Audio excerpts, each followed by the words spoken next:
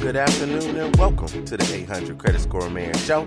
I am your host, Kevin King. He is I, and I am him, the 800 Credit Score Man himself. And once again, thank each and every one of you for coming in and listening to the 800 Credit Score Man Show. I truly, truly appreciate it. So today, what are we going to talk about? We are going to finally get to talk about building your credit.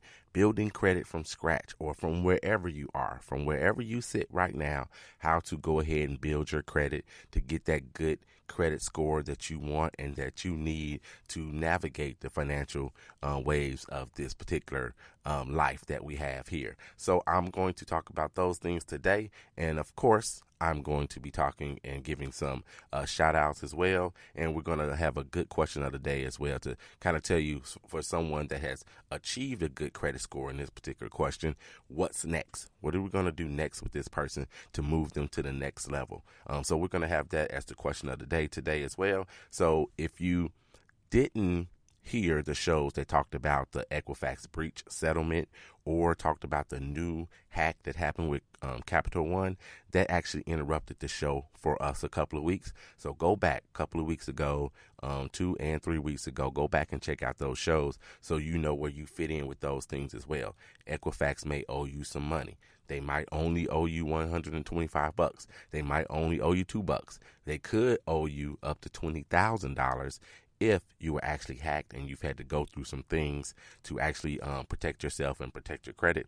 So go back and listen to those shows and figure out where you fit in that and how to go ahead and redeem your money from those. And then also with the credit, with the Capital One hack and what happened, 106 million people were impacted.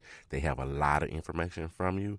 Go back and listen to that show as well so you know what's going on. And even though you may not have a Capital One card, they did get information from people that had applications with Capital One, and sometimes you just never know. You never know if you went into JCPenney's at one point in time and filled out a credit card with them.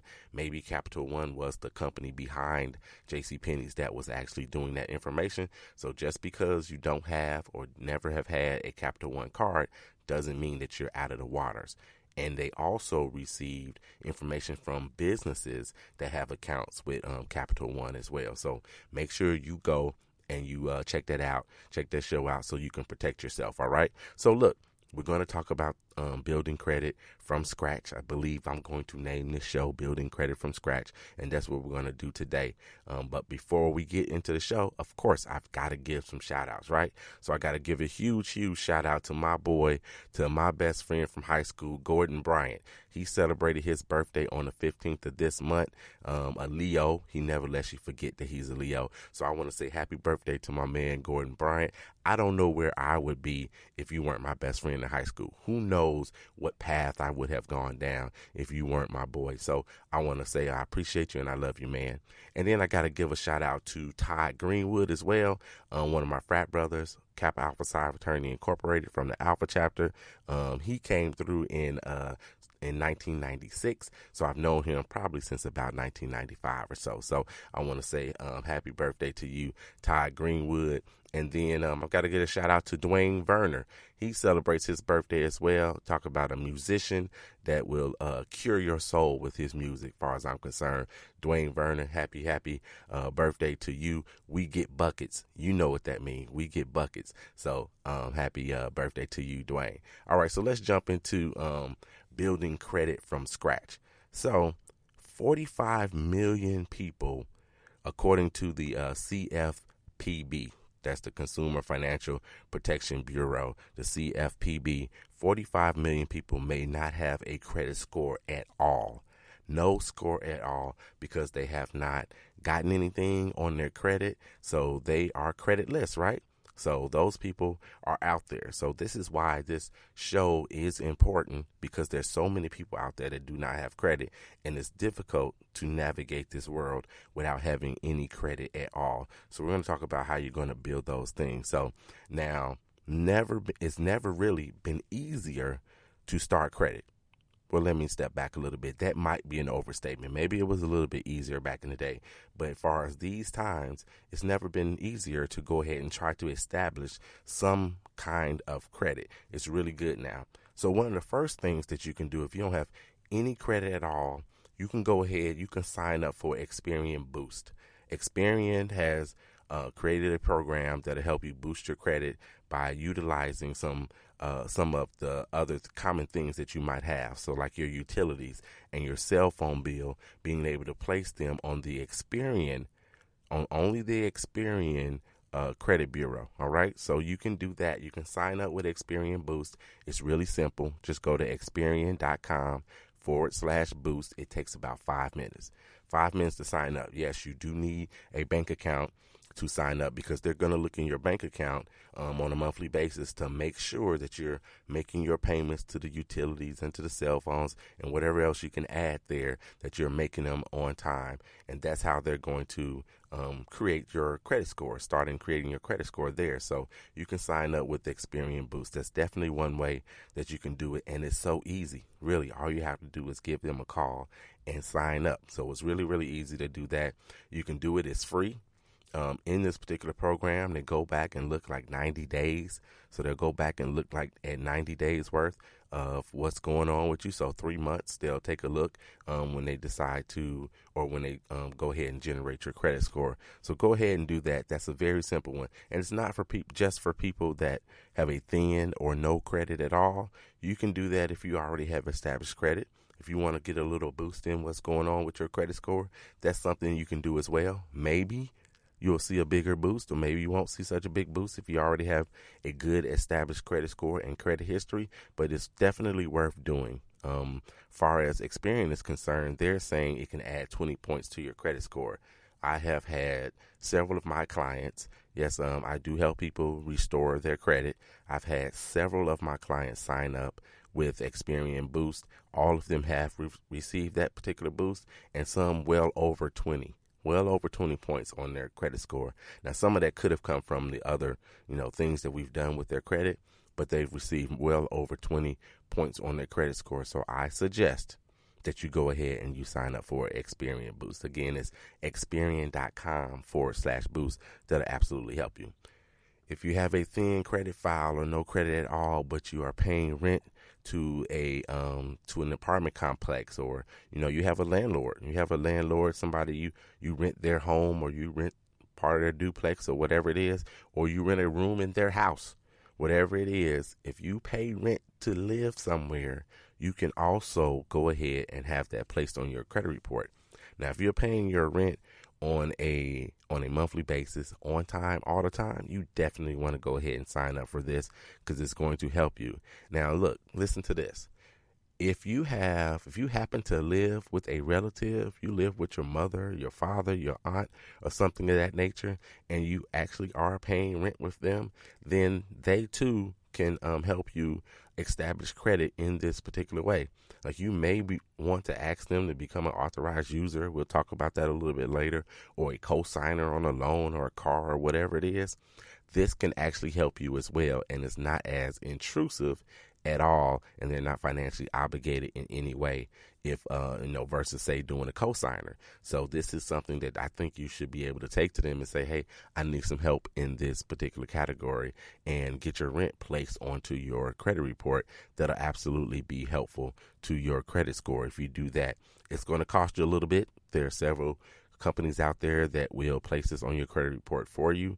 Some places only put it on one credit bureau. Other places put it on 2 credit bureaus, and there are just about 2 or 3 that I'm aware of that will place it on all 3. You want to opt for the ones that place it on all 3.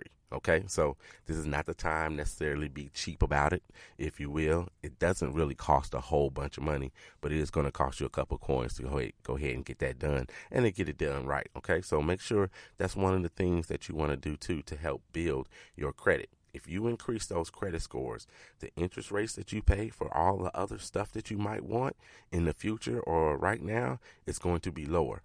And if the interest rates are lower, you're going to pay less money. So that's money in your pocket, right? So make sure you do those things. There are some places that will allow your utilities across the country. There are some places that will allow your utilities payments to go on your credit report. So if you have the utilities in your name, wherever you are, then you may be able to put that on your credit report as well. You have to reach out to the local utility company and see if they allow that. Now, this is separate from Experian Boost. All right, this is something that's separate from them. So some utility companies will do it depending on where you live. So this is a place where you can get that done as well. And they're going to place it on, depending on the place, they should place it on 2 or 3 of the credit bureaus. Whereas if you're using Experian Boost, it's only going on Experian. Now, if you're somebody that's just listening to the show for the first time, maybe not familiar with all things credit, but there are 3 different credit bureaus, or major credit bureaus, if you will: Experian, Equifax, and TransUnion. So you want to make sure that you get these things. If you're placing them on your credit, you want to get them on all 3 because it's going to be more helpful for your credit report. So utilities can be done depending on where you are. Just contact your local utility company and see if you can get that done. Here's another thing that you can do: peer-to-peer lending. Now, when I say peer-to-peer lending, I don't mean like my friend Gordon I just spoke of. I don't mean him lending me some money and me paying him back, that being that way. That's not going to go on your credit report. Peer-to-peer lending, and one of the most popular ones out there, is called Self-Lender. So you can just look them up, Google Self-Lender. It's okay to Google them. I tell you all the time. Sometimes I tell you don't Google these places because you'll find yourself in the wrong spot. You can Google Self-Lender. So if you Google Self-Lender and check them out, it's like this. It's called peer-to-peer lending. And so you can borrow money from there. Even if you don't have such a great credit score and whatnot, you can borrow money from peer-to-peer lending, and it'll appear on your credit report. It'll appear on your credit report. It's a loan, so it's not a revolving account. It's an installment account. And so you have a term. So maybe you borrow $500 and you got to pay it back over 6 months. Maybe you have to pay it back over 12 months or what have you. It costs a couple bucks, about $15 to, kind of get it started. But you can do that with Self-Lender, and that'll appear on your credit report. As long as you make your payments on time. Making payments on time is 35% of your credit score. It's the largest pillar that makes up your credit score. So that is very important. You've got to make sure you make them on time. As long as you make them on time, then you're going to do good. You're going to do good. Your credit score is going to start to increase. Now, here's something that is how can I say it? Here's something that is maybe a caveat, a pullback from Self-Lender, or at least some criticism that I have heard from people. And I don't know if these people know anything about credit or not, that they complain about that your credit score dips some once you pay off your Self-Lender loan.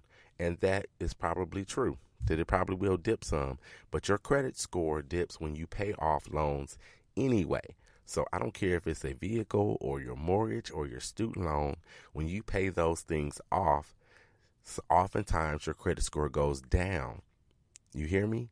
Oftentimes your credit score goes down when you pay off those loans. Now, I'm not advocating for anyone to stretch out a loan and keep the loan going even longer just because of your credit score. That's going to be money back in your pocket once you pay them off, but your credit score may take a dip. So if you are sitting and thinking, well, I'm going to buy me a vehicle, but I'm going to wait until this loan falls off because, I'm going to finish paying off this loan in 4 months and I'm going to wait for it to fall off and then I'll go ahead and buy my vehicle. Financially speaking, maybe that's the right thing for you to do. Only you know that, right? Maybe that's what your budget calls for. However, know that your credit score, once you pay that loan off, could potentially go down. So you may be counteracting what you're doing. You're like, I'm going to wait, I'm going to wait for it to be paid off, and then I'll do it. Your credit score may go down once you pay it off, and now your credit score isn't as good. You go in to get that car loan, and then you just get a higher interest rate, right? So you may be counteracting yourself by doing something like that. So make sure that you know that, yes, when you pay off those loans, your credit scores do dip. I know it's bass backwards. You should get credit, if you will. I'm putting up air quotes here in the studio. You should get credit for doing the right thing, for actually fulfilling your financial obligation, but that's not how the system works. And part of the reason of that is, and it's different for everybody, because it depends on what your mix is. The mix is the type of credits that you have. So there are two main types. You've got your revolving credit, and you have your